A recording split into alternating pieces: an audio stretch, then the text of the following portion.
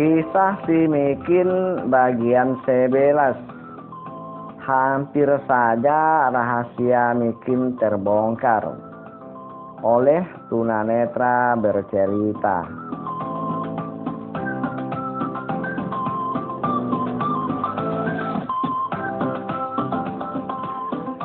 Setelah Mikin tidak mau menceritakan apa yang terjadi sebenarnya pada dirinya kepada Kak Inah pun membereskan semua tempat-tempat mereka makan tadi. Kemudian dia pun kembali ke rumahnya. Mikin kembali pula ke tepi perigi dan membongkar kembali gudang ikannya. Langsung Mikin menangkap 4 ikan gabus sebesar lengan. Dibawanya masuk ke dalam hutan menemui harimau yang sudah menunggu tentunya. Karena tadi baru 1 ekor saja ikan gabus yang diberikan oleh Mikin. Sementara harimau itu nampaknya masih lapar. Mikin berjalan penuh semangat menelusuri kebunnya yang baru saja dibersihkan.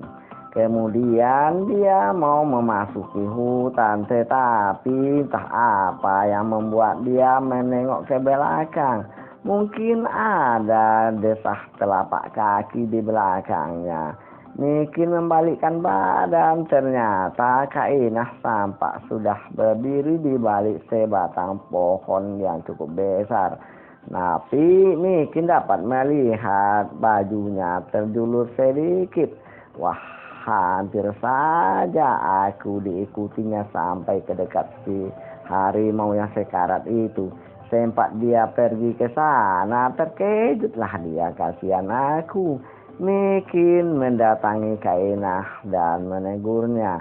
Kenapa kakak mengikutiku? Apanya maksud kakak ini?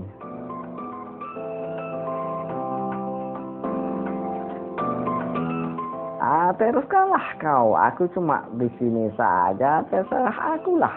Mau kemana aku? Tak boleh rupanya aku menginjak tanahmu ini. Bukan begitu maksudku Kak Inah. Tapi tak biasanya kalau kakak mau ke kebunku itu sudah terlewat. Ini baru ditanam. Apa pula yang kakak kerjakan di sini? Mau membersihkannya baru saja kubersihkan. Mau mencari buahnya tak mungkin, bijinya saja belum tumbuh.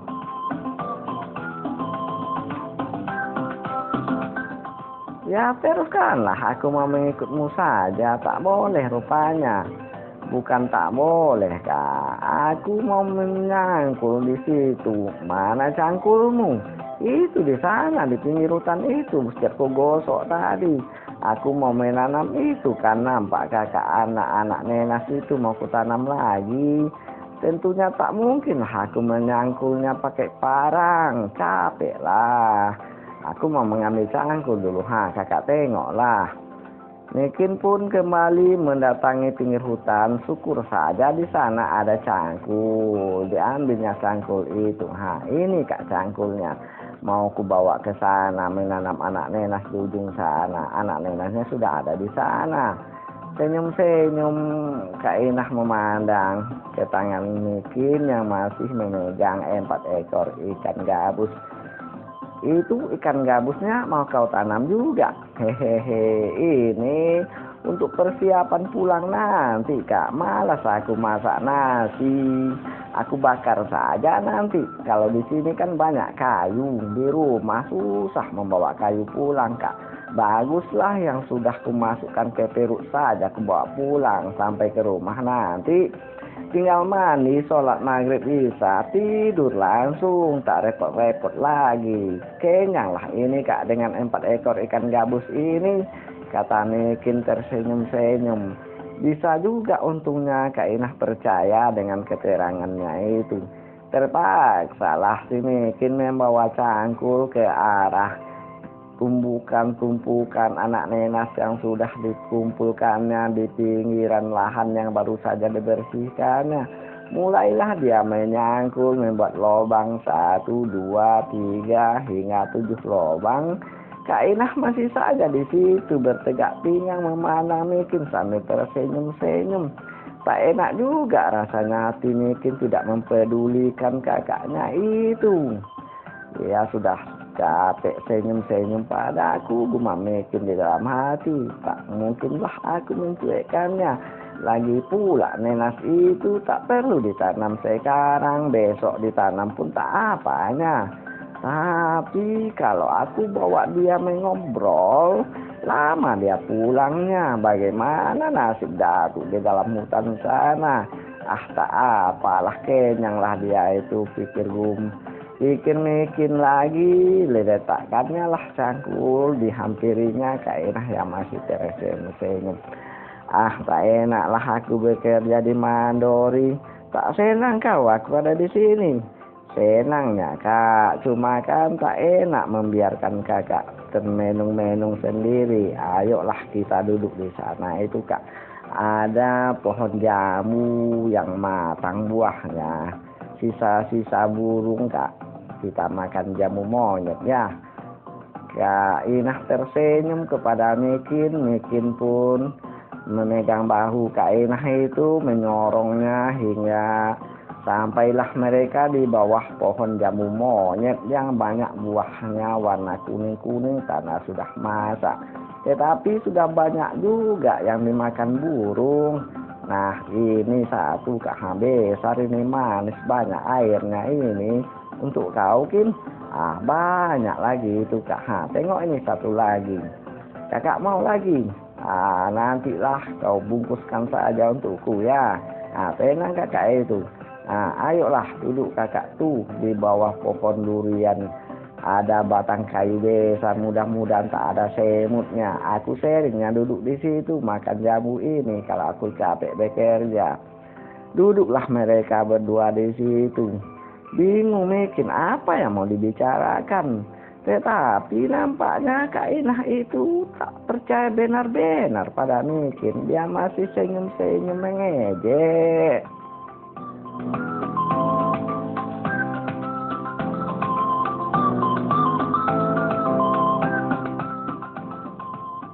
Tadi pagi si Pandir datang ke rumah Kin.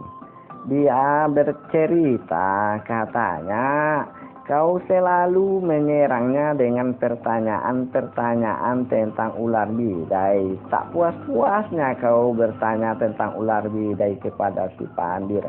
Kebetulan kata Pandir itu dia menceritakan kalau dia takut datang ke kebunnya karena dia melihat ada ular bidai yang mati di pinggir sungai kena bacok orang. Memangnya Kak Inah ada urusan apa dengan ular bidai? Dengar ya Mikin, suamiku dulu matinya dililit ular bidai. Kau sudah tahu ceritanya kan? Nah kau dengarlah baik-baik ini. Seperti kau inilah, dia selalu bertanya-tanya tentang ular bidai, tetapi tak ada dia bertanya kepada orang yang pandai sehingga tak dapatlah ada jawaban yang pasti. Kenapa suami Kak Inah bertanya? Karena dia melihat ada tikar buruk di pinggir sungai, dibacoknya keluar darah, lari dia. Tak lama kemudian dia mati digulung ular itu. Itulah masalahnya. Aku takut kau nanti mati pula digulung ular itu karena sifat-sifat kau selama ini yang kulihat dan yang kudengar dari si Pandir persis sama dengan mantan suamiku yang sudah mati itu. Aku takut kau mendapat musibah yang sama, sementara aku bisa mengatasinya. Maksud Kak Inah mengatasi bagaimana? Ya memperingatkan kaulah kalau benar itu yang terjadi. Janganlah kau pergi ke pinggir sungai, ataupun kalau kau pergi hati-hatilah kau. Memang kata Pandir itu benar. Binatang itu ada setannya.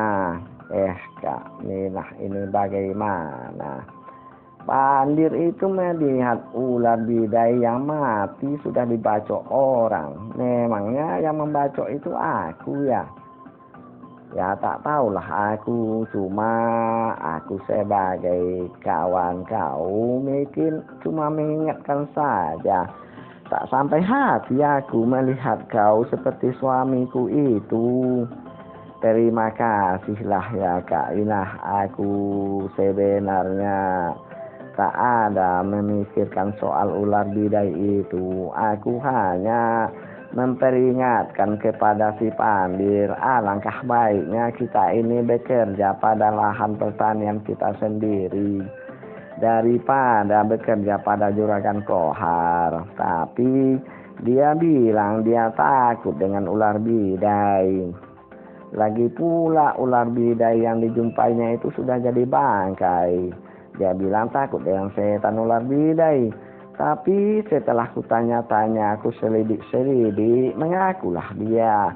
Katanya jauh sekali lahan pertaniannya itu, 2 jam pulang pergi tak sampai. Habis waktu di perjalanan capek tak bisa bekerja, katanya kepadaku. Itulah maksudku Kak, agar dia itu tidak bekerja sebagai buruh. Benar yang kau katakan itu, tapi aku hanya mengingatkan kau saja. Terima kasih lah ya Kak. Kalau begitu bagaimana kalau kita bakar saja ikan gabus ini, kata Mikin kepada Kak Inah. Tapi mana garamnya? Tak pakai garam lebih alami Kak. Pakai apa saja, kita siram pakai nenas muda saja. Aku biasanya begitulah Kak. Sering aku membak garam tapi jarang ku pakai, makanya tak ku bawa. Tak apalah, biarlah ku jemputkan garam ke rumahmu. Berangkatlah Kak Inah mengambil garam dan bumbu-bumbu, kemudian kembali lagi kepada Mikin. Ternyata ikan gabus 4 ekor itu sudah dibersihkannya pula. Tinggallah dia mencuci saja ketika Kak Inah datang membawa air dalam labu. Nah, mereka duduk kembali memakan ikan gabus yang sudah matang itu. Mesra juga mereka, menikmati juga, mungkin sekali-sekali senyum manis Kak Inah itu. Begitu juga dengan Kak Inah nampaknya. Wah, sudah sore ini Kin, pulanglah aku ya, aku antarlah kakak ya, sekalian aku mau beli gula juga. Tak ada gula di rumah Kak, aku mau buat kopi nanti bagaimana pula. Ayolah, kata Mikin. Sebenarnya Mikin mengantar Kak Enah itu memastikan saja agar Kak Enah itu betul-betul pulang, agar dia dapat kembali ke hutan menemui harimau yang sedang menunggunya sekarang. Kasihan Mikin, harimau itu sudah lama sekali menunggu dari jam 9 tadi, sekarang sudah jam 4 sore pula. Keroncongan lah datuk itu, gumamnya bersambung.